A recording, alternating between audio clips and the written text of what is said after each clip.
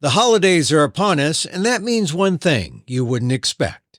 Reindeer abuse, all over the country. What's wrong with Rudolph on display? Plenty. But now you can help stop reindeer abuse. Next on the PETA Podcast.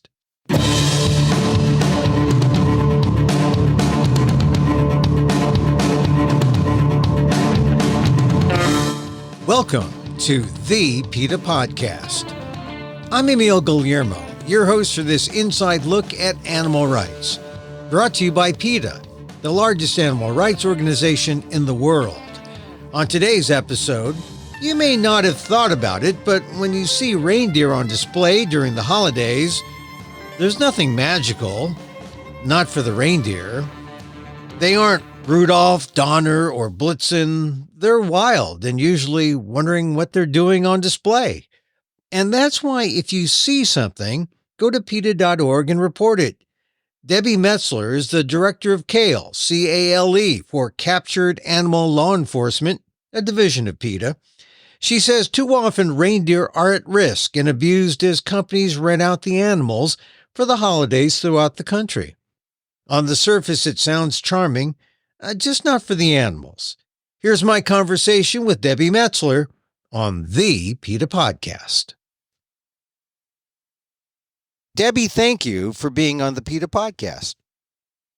Thank you so much for having me. I'm glad to be here. Well, first of all, the global reindeer problem, because it must be a global problem. Where do reindeer come from? I don't know. Are they domestic or are they imported? Reindeer are wild animals, and they travel up to 1,000 miles during their annual migration through the tundra. We often here in the U.S., we use them for displays, holiday displays. But when they're strapped to Santa's sleigh, or they're using Christmas parades, or they're penned up for those holiday displays, if they're used for photo ops, they're denied every single opportunity to satisfy their instinctual desires to travel and forage, socialize with their herd. And, you know, even at these events, they can be harassed by event goers. And in the wild, they would shun human contact, but oftentimes their, kids are allowed to manhandle them, and there's noisy crowds, and all of that causes them a lot of stress. Okay, so that's sort of the big problem in a nutshell. But the reindeer are in the tundra. They are native to the United States?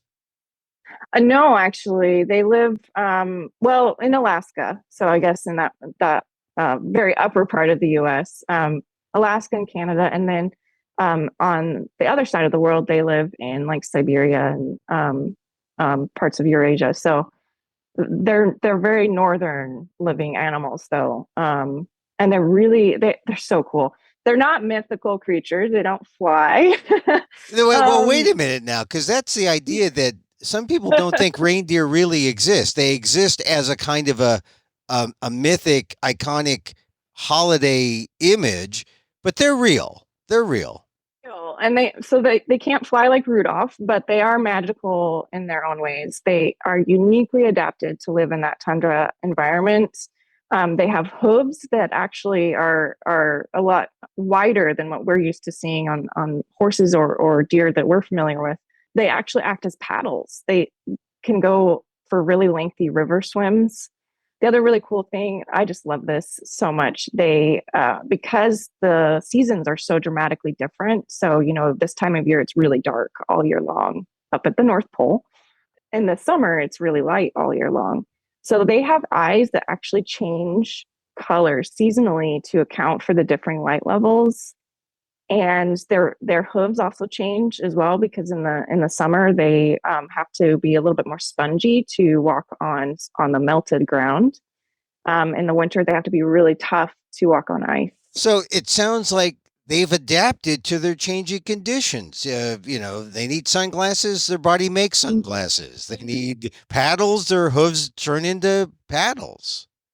Absolutely. They're very uniquely adapted for their environment. They also have, because it is cold all year long, they have hair covering their noses to keep them warm. Hair on their noses? They were still wet-nosed animals, but But they have like your dog or your cat has wet nose, but which means that they can absorb scents much easier than we can. So that's their primary sense. But they have to have hair covering their nose because it's just so cold. I guess that's good if they have that good smelling sense, because then they could pick out the right addresses for Santa Claus. Well, in reality, they use it to sniff out food Of that's covered course. in ice and snow. And not including Santa's cookies. No. They don't sniff those out. Okay. Well, I don't know about you, but when I was a kid, I used to leave out carrots for the reindeer, milk. Hopefully these days people leave out plant milk and cookies, and then carrots for the reindeer. You were really hooked on the Santa myth if you were leaving carrots for the reindeer.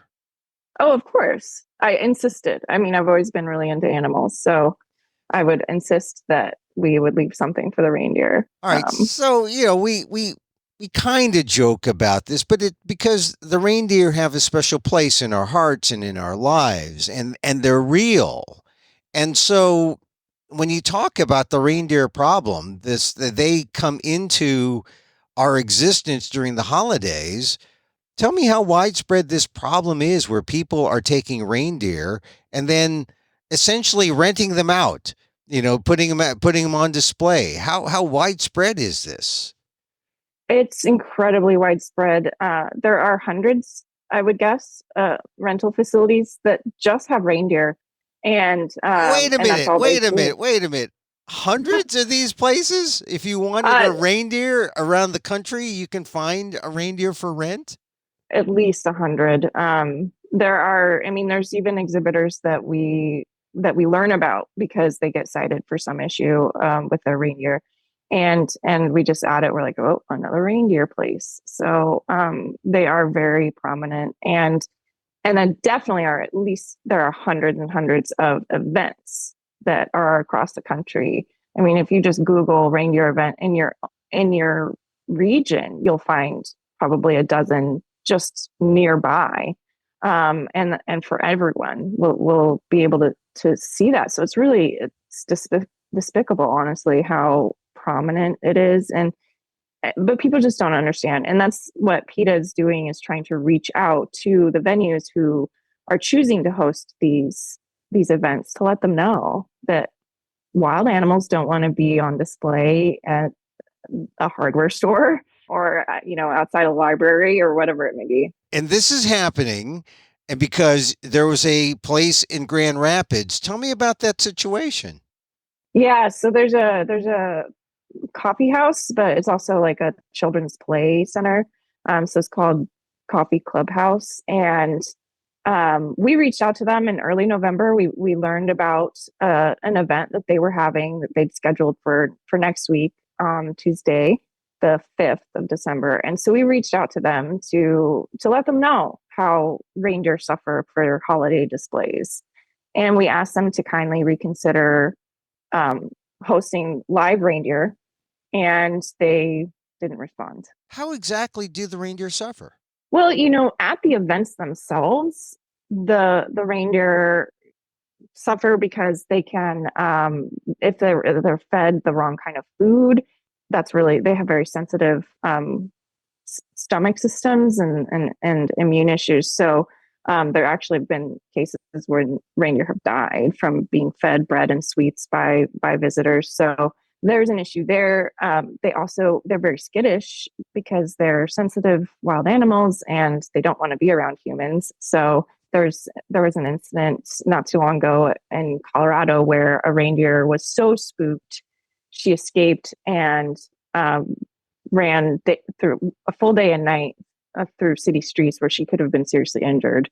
And then just this past winter, after a holiday exhibit in Utah, 2 reindeer escaped the trailer while they were in transit, and they were struck by vehicles. One was killed instantly on the scene, and the other died a week later after succumbing to severe injuries. So there's issues there with them at the events, and then also at these rental facilities where they live for most of the year. When they're not being trucked around from event to event in November and December, they're kept at facilities where they're often in shoddy conditions. They have health issues that go untreated. We have stacks of reports from the US Department of Agriculture outlining citations for violations of the Animal Welfare Act. And animals have patches of hair loss that indicate potential bacterial or fungal infections. We've seen reports of a reindeer with swollen, cloudy eye with brown discharge that was not treated, not even notified a vet, failing to supply veterinary care to at a Colorado supplier, to multiple reindeer who were limping, a juvenile reindeer with yellow nasal discharge, two reindeer who were really thin. I mean, the list goes on. And how do we know how well we don't know how well taken care of these reindeer are until they show up to the event, and then we see them and then we say, wow, they don't look like they're well tended to or cared for, I guess. Well, you're only seeing a snapshot. So there actually have been instances where some reindeer show up to these events. There have been some USDA citations that occurred at the events because reindeer were so thin their bones were protruding, or their hooves were so overgrown, because they do have really sensitive hooves that have to be tended to. Many handlers just don't give them the proper routine hoof trimmings. Those can be really painful. I mean, it sounds like it's just your hooves and it's not a big deal, but if they're overgrown, if they start to curl, anything like that, it's so painful for them. And just imagine if your fingernails were extended so long and that's what you were having to put pressure on every time you moved around. It can actually lead to limping, arthritis, other painful conditions. So these are reindeer. They're native to Alaska and points north.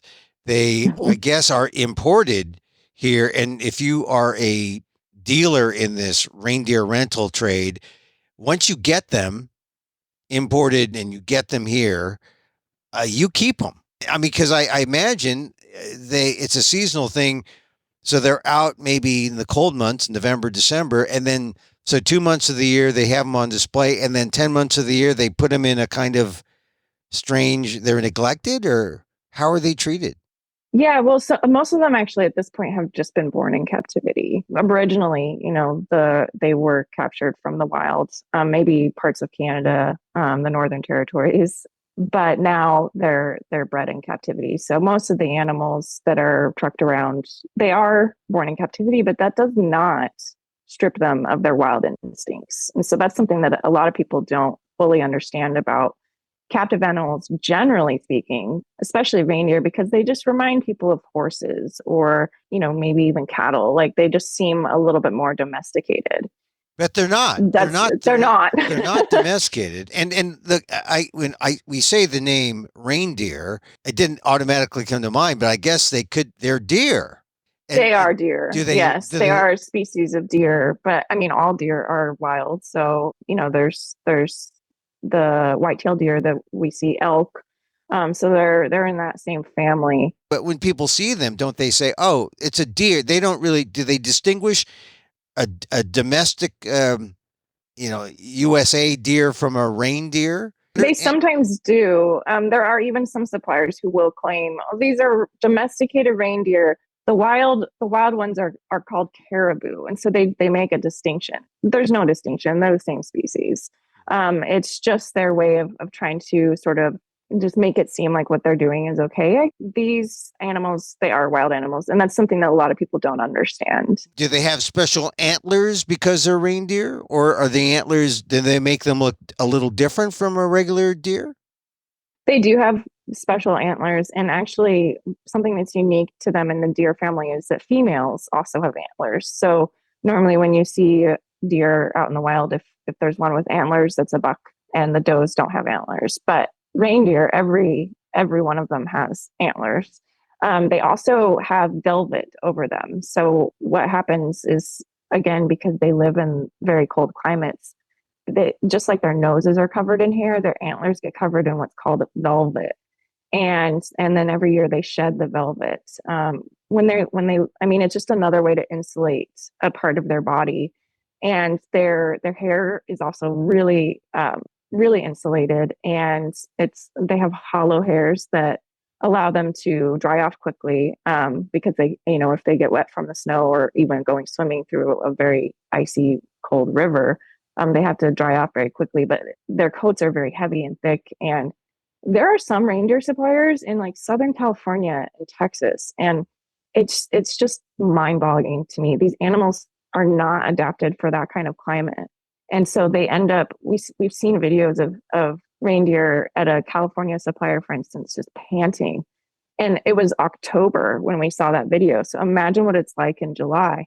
One of the reindeer was standing in their drinking water. They had like a trough of drinking water, and he or she was just standing in that water just to cool down. It's just all stemming from greed. You know, people will claim, oh, it's this joyful season and we want people to experience the magic of the reindeer. If you truly cared about the reindeer, you wouldn't keep them in those conditions. You would do what's right for them, which is to not use them for these events.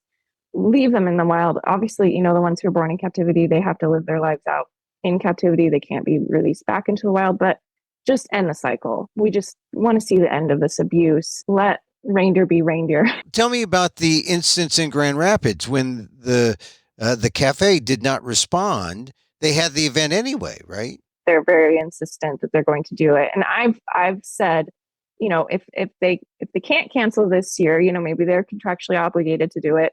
Of course, I think there's probably always ways they can get around that. But if that's what they are saying, they have to go forward with it, then just make a commitment to not do it next year or any year beyond that. You know, just say, okay, this was an experiment. We tried it. We realize now that it was not the right thing for these animals, and we're not going to do it again. Make that commitment, and we would celebrate it. We would applaud them. This is one event.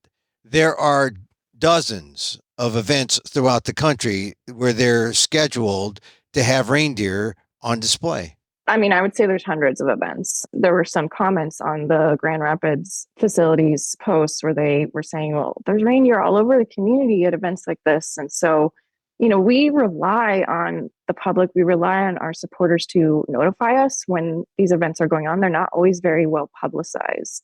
They are maybe in that region. You know, you might see some advertisements on your own news station or something like that. But we're a national organization, so we rely on people telling us about animal abuse. And so I went and I did some really deep digging, and I found a few events. So we wrote to them too. So it's not singling out the coffee clubhouse. We will write to any event that we learn about, and we will try to educate them to let them know that this is not the best thing for reindeer. We need to leave them alone and let them be their magical selves. There are so many better ways to celebrate the holidays than to exploit live animals. So basically, just like any other law and order sort of thing, if you see something, say something and call absolutely. And call PETA. PETA, yeah, PETA.org. And then there's a report animal abuse link you can click on, and then just fill it out. It will get to the right people. You know, we will definitely look into it. There's events all over the country, and if you see them, please talk to the organizers. Let them know, hey, have you gone and learned about what reindeer really need and how they can suffer at the rental facilities? Have you looked into this? And you know, the tides are changing. There are a few venues who have committed to not hosting reindeer again after having done so in the past. After learning the holidays are anything but merry for reindeer. So there are some venues who've done that. And then also just in general, you know, we've seen circuses are not using wild animals as much anymore. And it's really just, people are getting away from that. They don't want to see wild animals or really any animal being used for entertainment.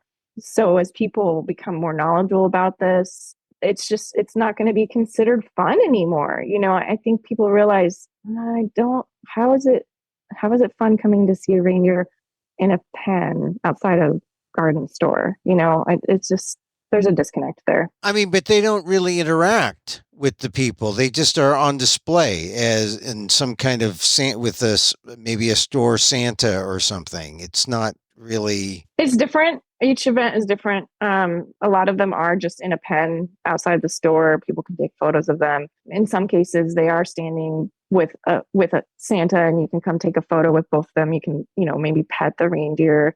And then sometimes they're used in parades where they're strapped to Santa's sleigh and they have to pull a sleigh through a parade. So that's, there's some noisy crowds and loud music, and sometimes they're brought to just festivals and they're penned up in the middle of a huge crowd. So it's different every single event, but there's a lot of noisy crowds, bustle of activity, public contact. All of this is very stressful to these animals, but because they are considered prey animals, they are not going to display their stress very visibly. So they will just stand there and look very calm, but internally they're very unhappy. I can't imagine that any of these reindeer enjoy this in any capacity. Some people would hear this and say, "Oh, come on, PETA, get with the spirit. Get with the holiday spirit. Do you have to be a reindeer Scrooge? I mean, this is part of the myth of Christmas. Santa's not real, but the reindeer are real. Let bring the reindeer to Santa. This is a good thing." All right, what do you say to that person? Well, I think that the real people on the naughty list are the ones who are exploiting the reindeer. We have to realize that there are far more entertaining and humane alternatives to exploiting animals for holidays displays. You can have someone dress up as a reindeer. Imagination thing, right? Use imagination. You can have statues of reindeer, or even just meeting with Santa. Isn't meeting with Santa way more exciting? I would, if I were a kid, I think that would be magical. And we know Santa's not real, but we play along with that. But he's probably getting paid, and the reindeer aren't. So it's important that people make that distinction. Wait a minute. Santa's not real. Sorry. I don't mean. We'll rewind that. Close your ears for the next 10 seconds. All right. So good catch there, Debbie. All right. So is there an action that people can take? You're sending them to PETA.org if they see something, but are there specific actions against a specific event? Is there one big major reindeer confab taking place that you object to, or that's happening that you are aware of? So if folks can go to PETA.org/reindeer, that's a short link to our feature about these amazing creatures, and you can take some time to scroll through the page and learn about them, or you can click on the take action button and it'll skip you to the end of the page where there's a form you can fill out, and that'll send an email to all of the events that we've written to and ask them to please not use reindeer this year. And that's because we've been alerted to those events from the public. Coffee Clubhouse was on that form, and so they got 15,000 emails, and that's what got them a little bit. We got under their skin a bit, which is the whole point, right? The whole point is to alert them to this issue and make them understand that it's important to people. They ignored our outreach, and so we're left with no option but to tell our supporters to call on them as well. And so they ended up blocking the emails. We turned to a different method of outreach, and we asked people to call. So their phone number is public. It's not private, and they're a business. So we asked people to call their business line. We asked them to post on their social media. And that is what really got them agitated. They're paying attention for sure. I have a feeling they won't want to do it again, but they are at this point still, they're planning to go forward. So you can go to our reindeer page, PETA.org/reindeer. And at the bottom, there's actually, in addition to that form, there's actually their direct email address. And if you click on their email address, it'll populate an email for you to send to them. So you can still email them, but you can also, find them on social media, give them a phone call, let them know that this is important to you. If they want those phone calls to end, all they have to do is make the commitment to not use reindeer again. Right. And it's not like these are the folks who are doing this event, but there are hundreds of events throughout, and there are other ways. Everyone that PETA has written to will get an action alert, or if you fill out the action alert form, they will get your concern, and they'll go to all those different places. Not to pick on one place, but it is an example right now. And so you're going to do this throughout all of December and January, I guess. Yeah, so for as long as these events are going on, that page will be active. We may end up adding more venues to the page. So when we do that, we'll send out another email alert and people can click on that to get directly to that take action step, and send an email to some of the newer places that we might add to it. So there's plenty of opportunity to speak up for reindeer. So people should take action. Go to PETA.org. A small step for mankind, a big step for reindeer kind. Oh yeah, or a short flight, right? A short flight. Yeah. I mean, they don't fly, but we can't. Mythically, they fly, but they'll be. I would love for a proposal to figure out a way for them to help Santa deliver presents without being strapped to a sleigh and hauling that around the whole world. That's got to be a lot of work. And if there was a way for them to just enjoy the holidays along with children and feel that holiday spirit, I would love to see that proposal. So. An electric sleigh or something. An electric sleigh, and then the reindeer just live in a vast sanctuary at the North Pole. Or maybe a sleigh that carries the reindeer around. Oh, there you go. I love that. And the reindeer can a championship team on a parade after they win the World Series, they wave to the fans. They Merry Christmas from the reindeer, and then leave them alone. Let them run. Let them play. Yeah, that's great. And then they'll still get to enjoy the carrots that we leave out for them. Leave out the carrots for the reindeer. Thank you very much for being part of the PETA Podcast. Oh, yeah, absolutely. Thank you for talking about this important issue.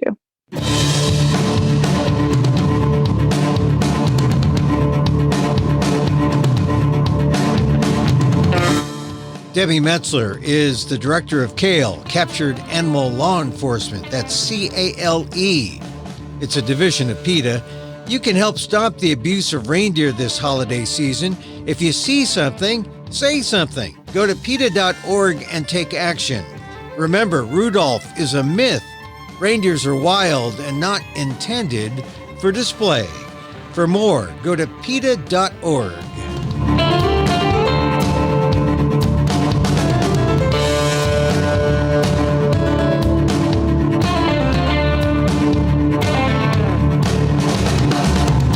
And that's our show for today. Thank you for listening. Don't forget to send a link of this show to your friends. Tell them you like the PETA Podcast. You can contact us at PETA.org. You can find me on Twitter at Emil Amok, or rather that's X, formerly known as Twitter, at Emil Amok, or see my vlog at amok.com, or see my work at ALDEF, the Asian American Legal Defense and Education Fund. That's ALDEF, AALDEF.org/blog.